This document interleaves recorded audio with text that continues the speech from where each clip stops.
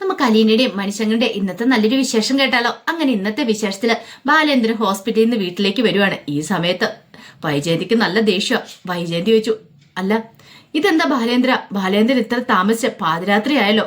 പാതിരാത്രിയോ? സമയം 10 ആയതല്ലേ ഉള്ളൂ. 10 ഇത്ര സമയം നിങ്ങൾ അവിടെ എന്നെടുക്കുമായിരുന്നു? ഞാനവിടെ ഇരിക്കുമായിരുന്നു ഹോസ്പിറ്റലില്. അത് കേട്ടപ്പോ വൈജയന്തിക്ക് ദേഷ്യം. വൈജയന്തി പറഞ്ഞു, നിങ്ങളെന്താ ബാലേന്ദ്ര ഒരുമാതിരി ദേഷ്യപ്പെട്ട് സംസാരിക്കണേ? പിന്നെ ദേഷ്യപ്പെടാതെ നിന്റെ ഓരോ ചോദ്യങ്ങൾ കേട്ട് കഴിഞ്ഞാൽ മനുഷ്യൻ ഇറിറ്റേറ്റഡ് ആവുകയാണ്. അത് വല്ല രോഗമായിരിക്കും. അതിന് വല്ല മരുന്നും മേടിക്കണം. അതെ, ഞാൻ പോയി മരുന്ന് മേടിച്ചായിരുന്നു. അപ്പൊ ഡോക്ടർ പറഞ്ഞു നിന്നെ ഞാൻ കൂടെ കൂട്ടിക്കൊണ്ട് ചെല്ലണമെന്ന്. എന്നെയോ? അതെ, എന്നെ ഇറിറ്റേറ്റ് ആകുന്ന ആള് നീയല്ലേ. നിന്റെ ഓരോ സംസാരം കേട്ട് കഴിയുമ്പോഴാ ഞാൻ ദേഷ്യപ്പെടുന്നേ. അപ്പൊ നിന്നെ കൂടെ കൊണ്ടുചെല്ലാൻ പറഞ്ഞു. ഇത് കേട്ടതും വൈജയന്തിക്ക് വീണ്ടും ദേഷ്യം. വൈജയന്തി പറഞ്ഞു, അല്ല എന്റെ അടുത്ത് വരുമ്പോഴേ ഇറിറ്റേഷൻ ഉള്ളല്ലോ. അവളുടെ അടുത്ത് പോകുമ്പോൾ ഇല്ലേ, ആ അലീനയുടെ അടുത്ത് അവിടെ ഇരിക്കുമ്പോൾ നിങ്ങൾക്ക് ഒരു കുഴപ്പമില്ലേ? ഇത് കേട്ടതും ബാലേന്ദ്രൻ പറഞ്ഞു, അതെ അവൾ എന്റെ മോളാന്ന് പറയണം. ഒരു മോള് വന്നിരിക്കുന്നു ഇവിടെ. സ്വന്തം മോളുടെ അടുത്തിരിക്കാൻ സമയമുണ്ടോ? ബാലേന്ദ്രൻ പറഞ്ഞു, എന്നാ ഒരു കാര്യം ചെയ്യ, അവളെ വിളിക്കുക. അവളുടെ അടുത്ത് പോയിരിക്കുക. അവളുടെ അടുത്തും വലുതും നമുക്കിരിക്കാം. ഇന്ന് അവൾ ഉറങ്ങി, നാളെ നേരം വെളുക്കട്ടെ. അപ്പോഴേക്കും ബാലേന്ദ്രൻ പറഞ്ഞു, എന്നാ ശരി, കാത്തിരിക്കാം. സൂര്യോദയം വരെ നമുക്ക് കാത്തിരിക്കാം. എന്നിട്ട് അവളെ വിളിച്ചിട്ട് ഇടവും വലവും ഇരിക്കുക. അത് മതിയോ? വൈജയന്തിക്ക് എന്നിട്ടും കലിപ്പ് തീരുന്നില്ല. ഈ സമയം വൈജയന്തി ചോദിച്ചു, അല്ല ഹോസ്പിറ്റലിൽ എത്ര രൂപയായി? 1,00,000 രൂപയായി. 1,00,000 രൂപയോ? അതെ, ഇനി ഒരു 10,000-25,000 രൂപ കൂടെ വേണ്ടി വരും. ഒരു സർജറിയും ചെയ്ത് എല്ലാം ചെയ്ത്. ദൈവമേ, ഇതിപ്പോ എന്തോന്ന് ചെയ്യും? ഇനിയിപ്പൊ ഇത് മാത്രം പോരല്ലോ, അവള് വന്നു കഴിഞ്ഞിട്ടുണ്ടെ പിന്നെ അത് അവളെ പറഞ്ഞു വിട്ടിട്ടുണ്ടെങ്കിൽ ഇനിയിപ്പൊ അവളുടെ ശമ്പളത്തിൽ നിന്ന് പിടിക്കാൻ പറ്റില്ല. ഇവിടെ നിർത്തിയാലോ അത് അതിനേക്കാളും വലിയ ബുദ്ധിമുട്ടാവും.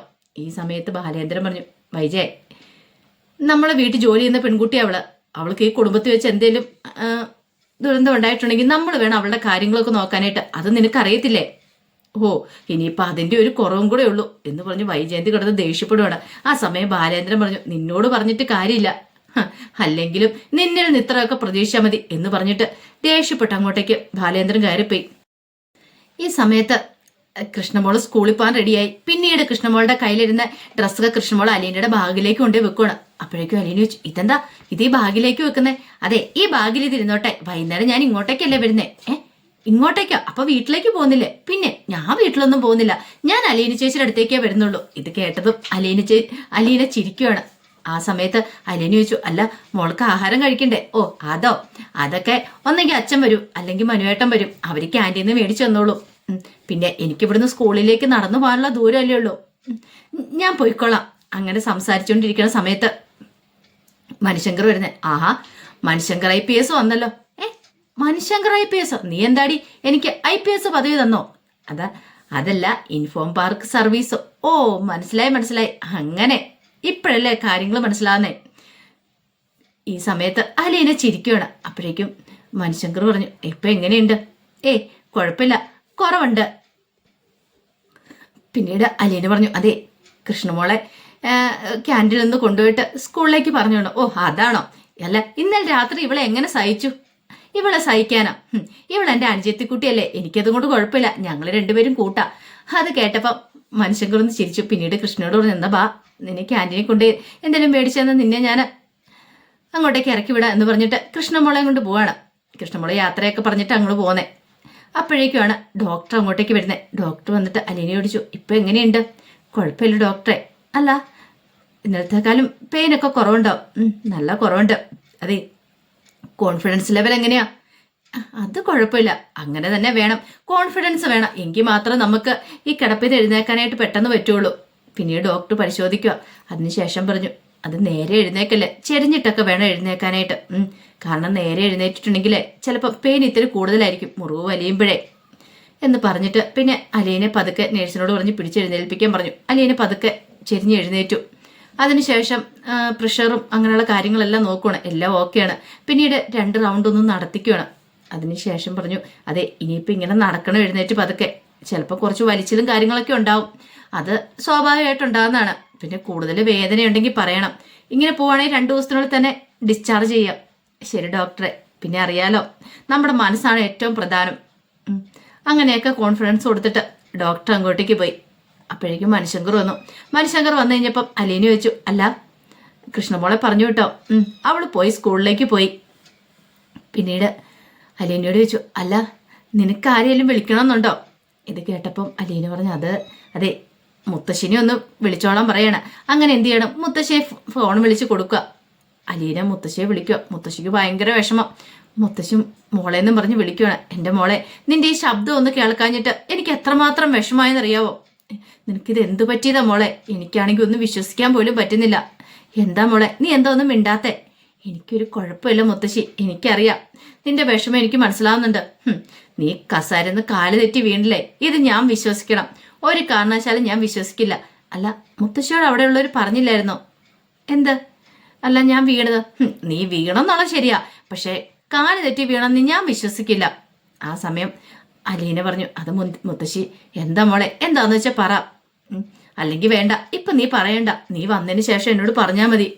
നീ ഇവിടെ ഇല്ലാത്തോണ്ട് എനിക്ക് എന്ത് വിഷമമായെന്നറിയോ? ഞാൻ ഇപ്പോഴും എല്ലാവരോടും ചോദിക്കും, നിന്റെ ശബ്ദം ഒന്ന് കേട്ടാ മതിയെന്ന് എനിക്കുണ്ടായിരുന്നുള്ളൂ. അല്ല മോളെ, ഇപ്പോഴും കുഴപ്പമൊന്നുമില്ല. ഇല്ല, എൻ്റെ അടുത്ത് മനുവേട്ടനുണ്ട്. മനു അവിടെ ഉണ്ടോ? ഓ സമാധാനമായി. അവൻ അവിടെ ഉണ്ടെങ്കിൽ പിന്നെ എനിക്ക് നല്ല സമാധാനമുണ്ട്. കാരണം മുത്തശ്ശിക്കറിയാം ഇത്തിരി സ്നേഹവും അലിവും ഒക്കെ ഉള്ളത് മനുശങ്കരനാണ് അലീനയോട്, വൈജയന്തിയെ പോലെയല്ല. പിന്നീട് കുറെ സമയം സംസാരിച്ചിട്ട് മുത്തശ്ശി ഫോൺ മനുശങ്കറിയെ കൊടുക്കാൻ പറയണം. അങ്ങനെ മനുശങ്കർ ഫോൺ വാങ്ങി. എന്നിട്ട് ചോദിച്ചു, മുത്തശ്ശിക്ക് ഇപ്പം എങ്ങനെയുണ്ട്? എനിക്ക് കുഴപ്പമൊന്നുമില്ല മോനെ, ദേ അവളെ നോക്കിക്കോണോടാ. അപ്പോഴേക്കും മനുശങ്കർ പറഞ്ഞു, അതെ മുത്തശ്ശിയുടെ മോളോട് പറഞ്ഞേരെ, അവിടെ ഇനിയിപ്പം അലീനെ തിരികെ വരുമ്പോഴത്തേനും കടാരെ വാളുമൊക്കെ ആയിട്ട് കാത്തിരുന്നോളാനായിട്ട്. എന്താടാ മോനെ നീ പറഞ്ഞേ? അല്ല ഇനിയിപ്പോൾ അങ്ങോട്ടേക്ക് വന്നു കഴിഞ്ഞിട്ടുണ്ടെങ്കിൽ അതൊക്കെ ആയിരിക്കണം നടക്കാൻ പോണത്. വെട്ടി പരിക്കേൽക്കാൻ പാകത്തിന് ഇരുന്നോളം പറ എന്നും പറഞ്ഞുകൊണ്ട് മനുശങ്കർ ദേഷ്യപ്പെടുക.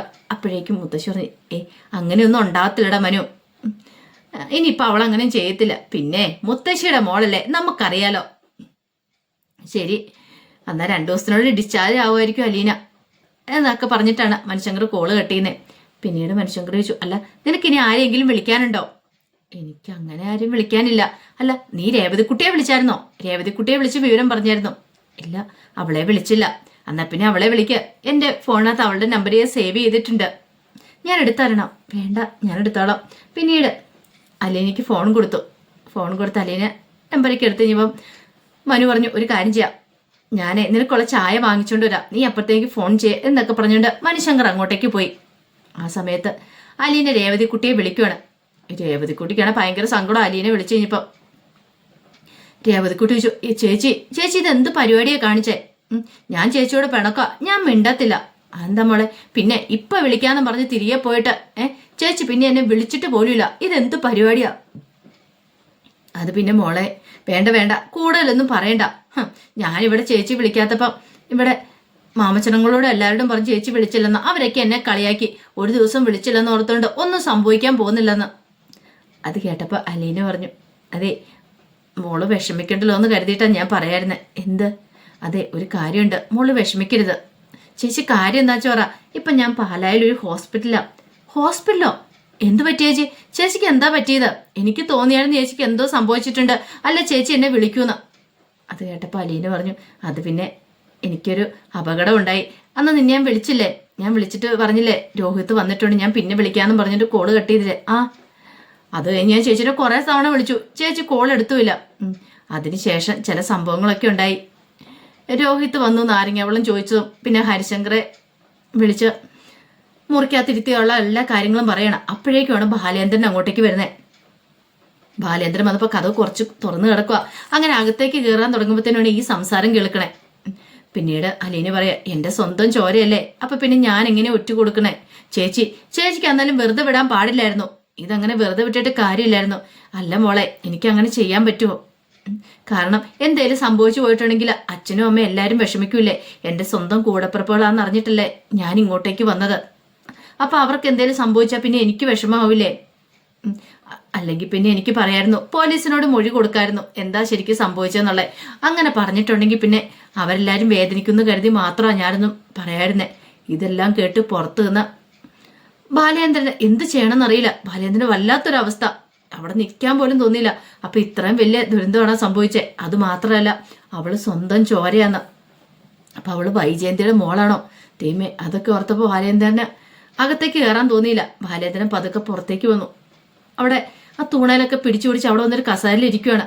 കുറച്ച് സമയം ഇരുന്ന് കഴിഞ്ഞപ്പോഴത്തേനും മനുഷ്യങ്ങൾ ഇവിടെ വന്നു. ആഹാ, ഇതെന്താ അങ്കിളെ, അങ്കിൾ ഇവിടെ വന്നിരിക്കുന്നേ? അത് പിന്നെ ഞാന്. എന്താ അങ്കിളെ, എന്താ കാര്യം? ഒന്നുമില്ല, ഞാൻ എന്തോ മറന്നുപോയതുപോലെ. മറന്നുപോയോ? എന്ത്? അത് പിന്നെ ഞാൻ കാറിന്റെ കാറിനകത്ത് എന്തോ അതിപ്പോ എന്താണെന്നറിയത്തില്ല, പെട്ടെന്നൊരു മറവി, അതെന്താണെന്നറിയത്തില്ല, ഞാൻ ഓർക്കുമ്പോൾ അത് എടുക്കാം. അല്ലെങ്കിലേ അങ്കിളുടെ എന്തെങ്കിലും ടെൻഷൻ ഉണ്ടോ? ടെൻഷനോ? എനിക്ക് ടെൻഷൻ ഇല്ല, നിനക്ക് എന്തെങ്കിലും ടെൻഷൻ ഉണ്ടോ? അല്ല, ഞാൻ എൻ്റെ ടെൻഷനെ കുറിച്ചല്ല ചോദിച്ചേ, അങ്കിളിന്റെ ടെൻഷനെ കുറിച്ചാ. അതോ? അത് പിന്നെ എനിക്ക് എപ്പോഴും ടെൻഷനല്ലേ ഉള്ളൂ, ഇപ്പോഴും നല്ലോ, എപ്പോഴും അങ്ങനെ തന്നെയല്ലേ ഉള്ളൂ. ഇനിയിപ്പോൾ അതിനൊരു മാറ്റവും ഇല്ല, അതിന് മാറ്റം ഉണ്ടാകാനും പോകുന്നില്ല. അല്ല, അങ്കിൾ എന്താ വന്നിട്ട് പിന്നെ ഇവിടെ ഇരുന്ന് അകത്തേക്ക് പോകത്തെ? ഞാൻ പറഞ്ഞല്ലോ, എന്തോ ഒന്ന് ഓർത്തിരുന്ന് പോയതാ. ബാ പോകാം എന്നും പറഞ്ഞുകൊണ്ട് അവരകത്തേക്ക് അങ്ങോട്ട് പോവാം. മനുഷ്യങ്ങൾ എന്തോ ഒരു സ്പെല്ലിംഗ് മിസ്റ്റേക്ക് തോന്നി. അങ്ങനെ അകത്തേക്ക് ചെന്നപ്പോൾ ബാലേന്ദ്രൻ ചോദിച്ചു, അല്ല മനു, നീ ഇനിയിപ്പോൾ എന്താ പോവാണോ? അതെ, ഞാൻ പോകാനുള്ള ഭാഗമൊക്കെ എടുത്തോണ്ടാ വന്നിരിക്കുന്നത്, എറണാകുളത്തേക്ക് പോകണമെന്ന് പറയാം. എന്നാ ശരി, പോയിക്കോ, ഞാനിവിടെ ഉണ്ടല്ലോ, നീ പോയിക്കോളാൻ പറയാം. എന്നാ ശരി അങ്കിളെ, ഞാൻ പോയിക്കോളാം. പിന്നീട് അലീനയോട് പറഞ്ഞു, അലീന സൂക്ഷിക്കണം, അറിയാലോ, ഇന്നോ നാളെ ആകുമ്പോഴത്തേനും ഡിസ്ചാർജ് ചെയ്തോളൂ. ആ സമയം അലീന പറഞ്ഞു, അത് പിന്നെ മനുവേട്ട, നന്ദി വാക്ക് പറയാനായിരിക്കൂലേ? നന്ദി വാക്ക് പറയേണ്ട കാര്യമൊന്നുമില്ല, പിന്നെ ഒന്നും ഓർക്കണ്ട, അറിയാലോ, കഴിഞ്ഞതൊക്കെ കഴിഞ്ഞു. ആ പറഞ്ഞതിൻ്റെ അർത്ഥം ബാലേന്ദ്രന് മനസ്സിലായി. കാരണം നടന്ന സംഭവങ്ങൾ എന്താന്ന് മനുഷ്യങ്ങനെ അറിയാമെന്ന് ബാലേന്ദ്രന് തോന്നി. പിന്നെ ഓരോന്നൊന്നും ഓർത്ത് വിഷമിക്കേണ്ട കാര്യമില്ല, പിന്നെ എന്നോട് നന്ദി വാക്ക് പറയേണ്ട കാര്യമില്ല. ഈ സമയത്ത് ബാലേന്ദ്രൻ പറഞ്ഞു, അന്നാ മനു ഇറങ്ങിക്കോളാൻ പറയണം. അങ്ങനെ ഒടുവിൽ മനുശങ്കർ പറഞ്ഞു, എന്നാ ശരി, ഞാൻ ഇറങ്ങട്ടെ എന്ന് യാത്ര പറഞ്ഞിട്ട് അങ്ങോട്ട് ഇറങ്ങുവാണ്. അപ്പോഴേക്കും ബാലേന്ദ്രൻ പറഞ്ഞു, ശരി മോളെ, അന്ന് ഞാൻ ഇവരെ നിന്ന് പുറത്തു കൊണ്ടുപോയി വിട്ടിട്ട് വരാം എന്ന് പറഞ്ഞുകൊണ്ട് അങ്ങോട്ടേക്ക് പുറത്തേക്ക് പോവാണ്. അലീന ബാലേന്ദ്രനെ ഒന്ന് നോക്കുവാണ്. ബാലേന്ദ്രൻ നെഞ്ചു പടഞ്ഞുകൊണ്ടിരിക്കുക. അപ്പൊ അതിന്റെ വിശേഷങ്ങളൊക്കെ എന്ന് കാണുന്നത്. ഇതിന്റെ ബാക്കി വിശേഷങ്ങളുമായിട്ട് വൈകുന്നേരത്തെ പ്രമോയി വരാട്ടോ. ഒരിക്കൽ കൂടി എല്ലാവർക്കും ശുഭദിനം നടന്നുകൊണ്ട് നിർത്തുന്നു. നന്ദി.